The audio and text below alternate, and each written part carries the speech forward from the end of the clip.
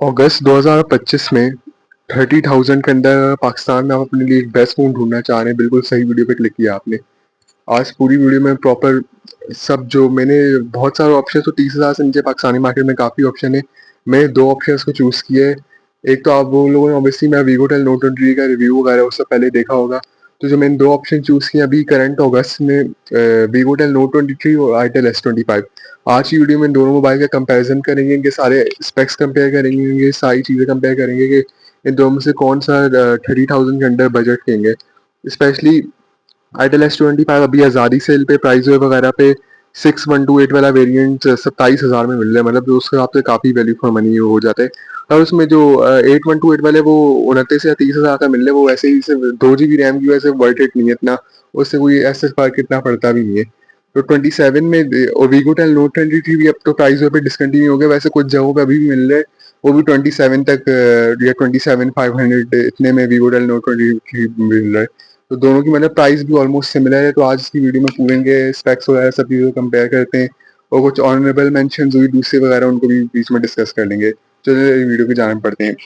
सबसे पहले दोनों की बात की जाए, अगर दोनों स्मार्टफोन्स में प्रोसेसर में कंपेयर किया जाए, आईटेल में आपको यूनिस एसओसी T620 मिलता है और वीवोटेल नोट 23 में आपको मीडियाटेक हीलियो G99 मिलता है। अब परफॉर्मेंस की बात करें, गेमिंग वगैरह उसके हवाले से बात करें, टू स्कोर वगैरह में उसमें G99 क्लियरली यूनिसॉक T620 से बेटर है। यूनिसॉक T620 वैसे ऐसे इतना वीक प्रोसेसर नहीं है, मतलब वो प्राइस के लिहाज से वो मेरा 3 lakh plus AnTuTu score करते हैं, जबकि मीडियाटेक के लिए G99 4,20,000 तक करते हैं। तो उस हिसाब से जूनियर एसओसी T6 मतलब इतना उस लिहाज से बुरा नहीं है कि मतलब, पर उसका है कि यूनिसॉक के प्रोसेसर जनरली हीटअप ज़्यादा होते हैं, बैटरी लाइफ में अच्छे नहीं होते, मतलब ये काइंड ऑफ जैसा स्नैपड्रैगन और मीडियाटेक के मतलब एक रिलायबल प्रोसेसर हैं, एसओसीज हैं। यूनी एसओसी मतलब उस लेवल पे अभी नहीं है उसके, मतलब थोड़े वैसे अब कुछ अच्छे एसओसी भी हैं उनके, जैसा T620 चलता है, पर वैसे जनरली रिलायबिलिटी में देखा जाए मीडियाटेक ज़्यादा बेटर है यूनी एसओसी से, और स्नैपड्रैगन मीडियाटेक से बेटर है। अ, अब उसमें अगर बात करें सबसे पहले प्रोसेसर की बात करें, जो मेन इशू मैं कवर करना चाह रहा हूँ कि आईटेल S25 में T620 मिलते हैं, वो 12 नैनोमीटर की फैब्रिकेशन पे बेस्ड है। जो टेक सेवी टेक गीक्स उनको पता होगा मैं क्या कह रहा हूँ, पर आप लोग के आसान लफ्जों में आप लोगों के लिए मैं समझा देता हूँ। एंड फैब्रिकेशन प्रोसेस मतलब नैनोमीटर होता है, जितना ज्यादा होगा मतलब फोन उतना ज्यादा हीटअप होते हैं और बैटरी लाइफ उतनी ज्यादा कंज्यूम होती है। जितना कम होगा मतलब उतना बैटरी लाइफ के लिए एफिशिएंट है और फोन कम हीटअप होगा। जैसा मीडियाटेक हीलियो G910 6 नैनोमीटर की टेक्नोलॉजी पे आर्किटेक्चर पे बेस्ड है, जबकि यूनी एसओसी T620 12 nm की मतलब पुरानी फैब्रिकेशन प्रोसेस पे बेस्ड है। अगर उस लिहाज से देखा जाए तो इससे मतलब पूरा हाफ, ऑलमोस्ट हाफ है। 6 नैनोमीटर काफी मतलब जो 1.5-2 साल पहले फ्लैगशिप प्रोसेसर होते थे वो 6 नैनोमीटर इस लेवल के होते थे। अब बाकी दोनों बाकी स्पेक्स की बात है, सब डिस्प्ले की तरफ आ जाए यहाँ पे।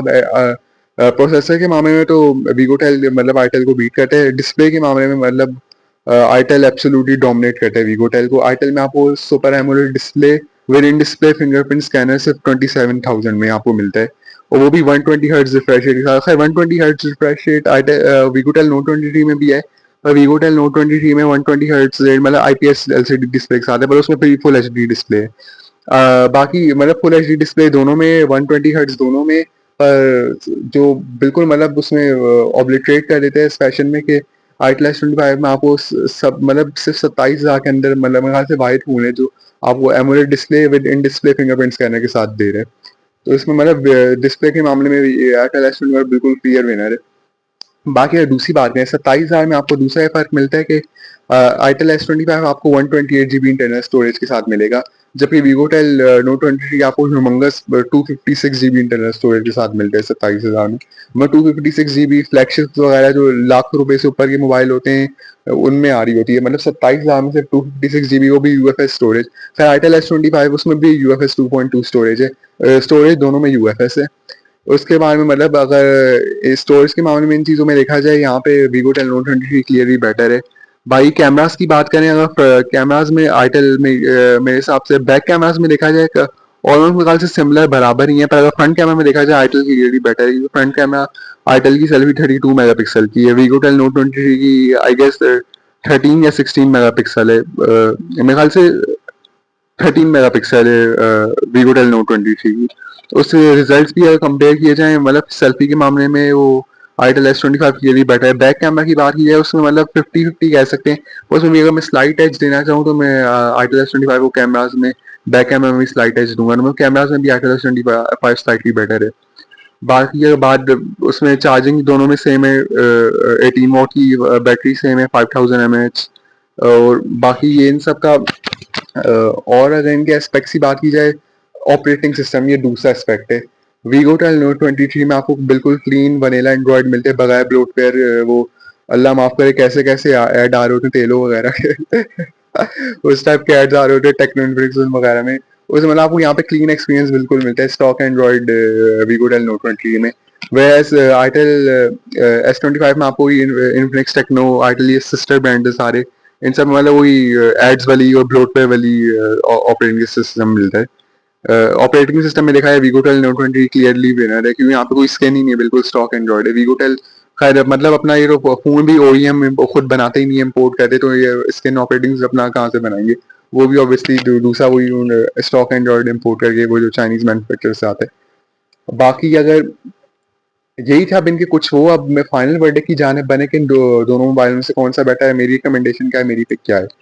अगर अगर तो आपको मतलब गेमिंग के लिए फ़ोन चाहिए या थोड़े हार्ड यूज़ के लिए चाहिए, और स्टोरेज भी मतलब आपको काफ़ी चाहिए, उस हिसाब से देखा जाए वीगो टेल नोट 20 मतलब इस मामले में विनर होगा। पर ये अगर आपको थोड़ा ओवरऑल फ़ोन चाहिए, डिस्प्ले आपको बहुत आला मतलब चाहिए प्राइस के लिहाज से, मतलब बिल्कुल मैक्सिमम वैल्यू, और बाकी आप थोड़ी मतलब 128 GB स्टोरेज इस वजह से भी गुजार कर लेंगे, ऐसा फ़र्क नहीं पड़ता। प्रोसेसर भी मतलब आपका day to day task handle करने, हल्की फुल्की गेमिंग कभी कभार करनी है, तब आईटेल S25 की तरफ आप बिल्कुल जा सकते हैं। क्यों आईटेल S25 में ख्याल से एंड्रॉइड भी 14 है, और शायद 2 साल की अपडेट भी आईटेल प्रॉमिस करते हैं, खैर आएंगी नहीं वो तो अल्लाह बेहतर जानते हैं, मतलब कह तो नहीं बस। पर ये वीगोटेल नोट 20 में अभी एंड्रॉइड 14 है, अभी मेरे ख्याल से दोनों में एंड्रॉइड 14 है।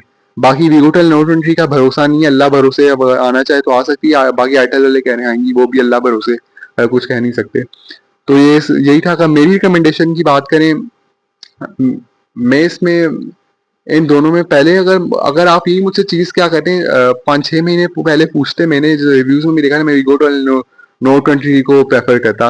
लेकिन अभी अगर देखा जाए, अगर डिस्प्ले वगैरह उस लिहाज से मुझे दोबारा चांस मिले, मैं शायद स्लाइटली आईटेल S25 की तरफ लीन कर जाऊँ, उसको प्रेफर करूँ। पर दोनों फोन बिल्कुल बराबर है, मतलब आप मतलब बिल्कुल दोनों best value for money option है, आप जो सा भी लेंगे वो आपको मतलब अपने पैसों की मैक्सिमम वैल्यू प्रोवाइड करेगा। अब ऑनरेबल मेंशंस की बात करें जो इसमें मिल जाती है, सैमसंग A06, उसका मेरे ख्याल से 4128 वाला, वो भी आज़ादी सेल में वगैरह में 26-27 हज़ार का इतना का मिल रहा है, तो 26-27 हज़ार के से वो भी अच्छा है, पर उसमें बस ये है कि eMMC स्टोरेज है शायद, और 720p डिस्प्ले। बाकी सैमसंग का ब्रांड नेम है, प्रोसेसर भी G85 मतलब सही है, मतलब इन दोनों से कम पावरफुल है, पर G85 पे भी मतलब प्राइस क्लास सही है। बाकी सैमसंग का ब्रांड, अगर आपको ब्रांड नेम उस वजह से तरफ जाने तो आप उसकी तरफ भी देख सकते हैं। बाकी एक ओप्पो का A5X आता है, पर उसका जो इस 28-29 हज़ार में मिलते हैं, वो 464 वाला वेरिएंट मिलता है, स्टोरेज काफी कम पड़ जाती है। जिसका 128 GB वाला वेरिएंट है वो 31-32 हज़ार के, तो 30 हज़ार की रेंज आउट हो जाते हैं। तो इस वजह से मैंने दोनों को ऑनरेबल मेंशंस में डाले। बाकी दूसरों की बात की, दूसरे इसमें मतलब कचरा फारिग है, जैसा उसमें कुछ में G81 जिसका स्पार्क 30C इस टाइप के, G85 से भी गया गुजरा। बाकी कुछ में क्या कहते हैं यूनिसॉक के वही थके हुए प्रोसेसर है। मतलब ये 4 फ़ोन, मतलब टोटल तो 2 फ़ोन जो मैंने आपको रिकमेंड किए हैं बेस्ट हैं। बाकी ऑनरेबल मेंशंस में अगर इनके अभी आप देखना चाहें, पर मैं उनको रिकमेंड मतलब बेस्ट आप देखना चाहें देख सकते हैं, पर मैं जो रिकमेंड करता हूँ इन 2 को कहता हूँ, वीगो टेल नोट 23 और आईटेल S25 को। बाकी डिकोड बोल्ट ट्री वगैरह वो भी एक मिल जाता है, पर ये जो डिकोड बोल्ट ट्री आपको जो चीज़ें प्रोवाइड कर रहे हैं वीगो टेल नोट 23 बिल्कुल सिमिलर वही चीज़ें प्रोवाइड कर रहे हैं, बल्कि स्टोरेज भी वो 128 से 256 दे रहा है, तो उसको डालने का मतलब ऐसा सेंस नहीं बना। हाँ वो भी आपको अगर मिल जाए 29-28 तक, उसकी तरफ भी आप देख सकते हैं। तो 30,000 के अंदर अगस्त 2025 में अभी भी वीगो ट्वेल्व न्यू 20 की 1.5 साल के बाद भी मेरे ख्याल से बेस्ट फोन है। अलॉन्ग साइड अब आईटेल S25 वो भी बेस्ट फोन है, मतलब टाई है मेरे हिसाब से। आप किसी की तरफ भी जा सकते हैं अपनी प्रेफरेंसेस के अकॉर्डिंग। तो यही थी, और भी मैं टेक वीडियोस फुल ऑन अब लाने वाला हूँ, मैंने कंसिस्टेंसी मैंने पकड़नी है फुल। बीच में मैंने चैनल छोड़ दिया था, पर मैं फुल ऑन ये कवर करूंगा सारे, टेक में हम पूरा घुसेंगे, फुल ऑन करेंगे। I will catch you next one, this मोज ऑफ साइनिंग ऑफ, अल्लाह हाफिज। Like the video and subscribe the channel.